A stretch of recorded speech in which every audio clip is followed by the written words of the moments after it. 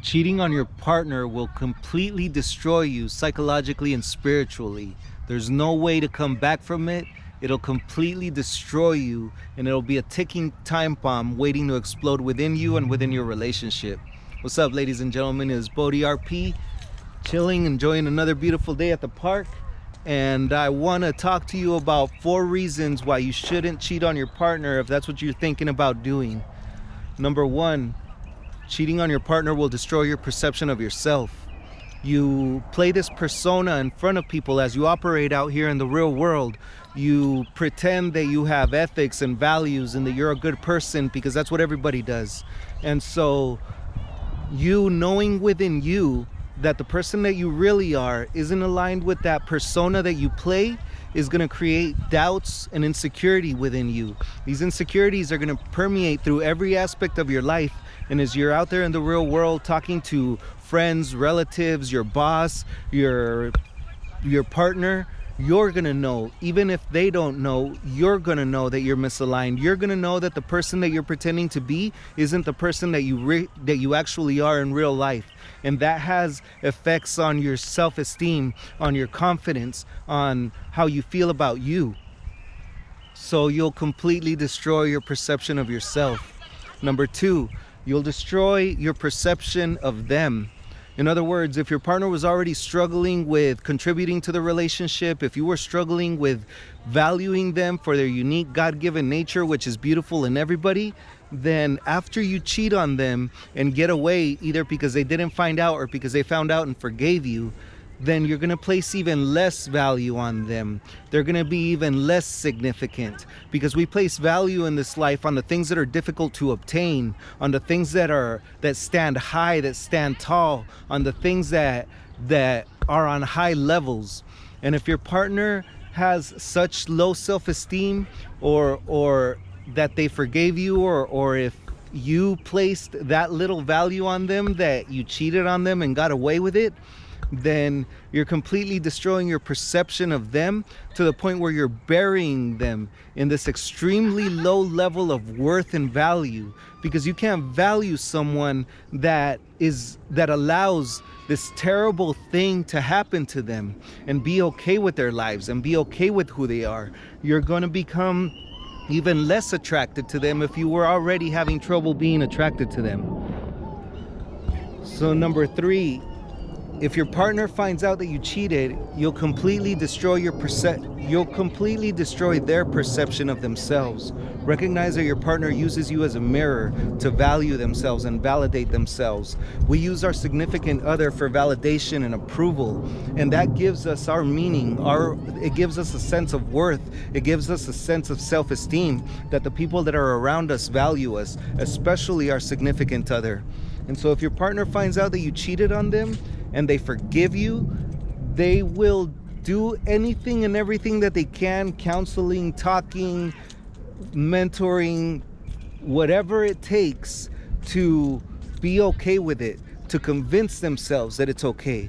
But subconsciously, they'll always know that they weren't worthy of you. They'll know that their self-esteem, that their value wasn't enough for you, and it'll affect their self-esteem.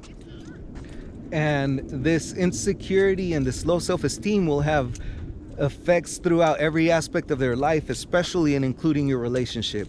If they know that they're not worthy of you, if they know it consciously and subconsciously, it's going to have an effect on the way that they operate in the relationship, on the confidence that they have to do things in the relationship, to contribute to you, to give you things, to value you.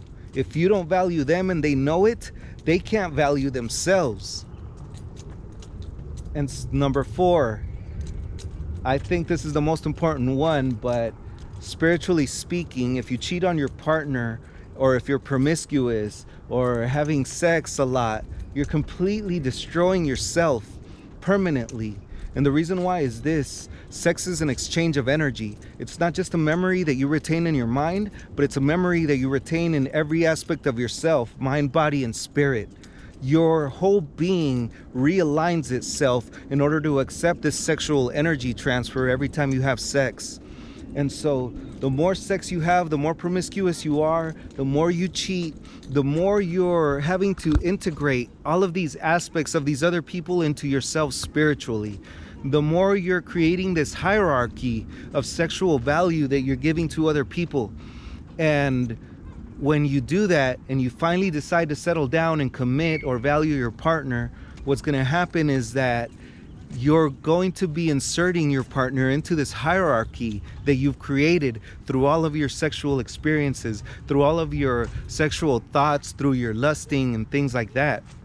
And so you won't be able to value them for what they really are, for who they really are, for their unique nature, for the beautiful things that they are. You won't be able to value them, or anyone for that matter, for the things that they can actually contribute to you, to the relationship, for the things that are in here, for the mind that they have, for the person that they are, for the spirit that they bring. You'll only be able to value them and anybody else through this sexual lens, through this superficial aspect of the value that you give them based on this hierarchy that you've created within your consciousness. And the bigger that hierarchy is, the more diluted the value that you place on them or anybody else in this world is going to be, including yourself. And so we get to a point where we've been so promiscuous in this world, in this life, that is all we can value. When we think of the most blissful, most magnificent, most beautiful experiences of this life, we don't think of the things that are really worth something. We don't think about the things that are really going to mean something to us on our deathbed, the day that we die. Instead, we're thinking about these isolated, temporary moments of satisfaction scattered throughout our life. And everything in between those moments is dull and plain and insignificant. We can be surrounded by blessings all around us. We won't be able to see the value in them, because the only thing that we will see is that intensity of the sexual experience that has been scattered throughout our lives, either by being promiscuous or by lusting over people. And it creates this mundane, ordinary, average existence in which nothing is fulfilling. No matter, like I said, how many blessings you're surrounded by, this unfulfilling life will be a permanent aspect of your experience, because you've distorted your perception of reality, you've distorted your perception of yourself, you've distorted your perception of people in the world, you've distorted your perception of the things that mean something. And this has an effect permanently, subconsciously, in your psyche. It has an effect spiritually. So if you're thinking about doing this, if you're thinking about cheating, the best thing that we can do, which is something that people don't really think about, is talk to our partner, let them know. Be honest. Say, hey, I'm thinking about cheating on you. I don't know why. I'm concerned that I'm going to put our relationship at risk without being absolutely certain as to why. We should talk about it. Let's sit down and talk. Because there might be a chance that they can contribute something or rectify the problem, or you guys can work together to solve it before it gets to that detrimental point.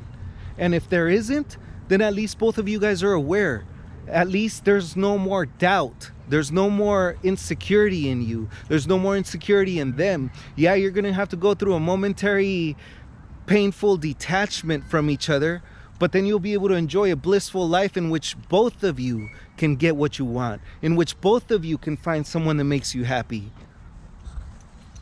The most important thing in this life is to be happy, my friends. And every action that we take and everything that we do in this life has permanent effects on the structure of our psyche, on our spiritual worth, on our self-esteem, on our confidence, and everything else within ourselves, mind, body, and spirit, that it takes to elevate ourselves into that blissful life, that good life in which we're fulfilled just by knowing that we're ourselves, that we're fulfilling our purpose. There's nothing more important in this life than being happy. And that's what it takes. It takes the courage to be honest, be truthful, be true to you, be true to the person that you want to be, the nature that you are. Be true to everybody else. Be true to this life by recognizing that there's people out there with feelings and emotions, and the things that you do have an effect on them. And why would you destroy someone psychologically and spiritually in that way when you can spare them, when you can elevate them, when you can love them by being truthful with them? So, as always, my friends, reach out if you need anything. Download Roadblocks to Happiness, link in my bio. Like, subscribe, and much love. Peace.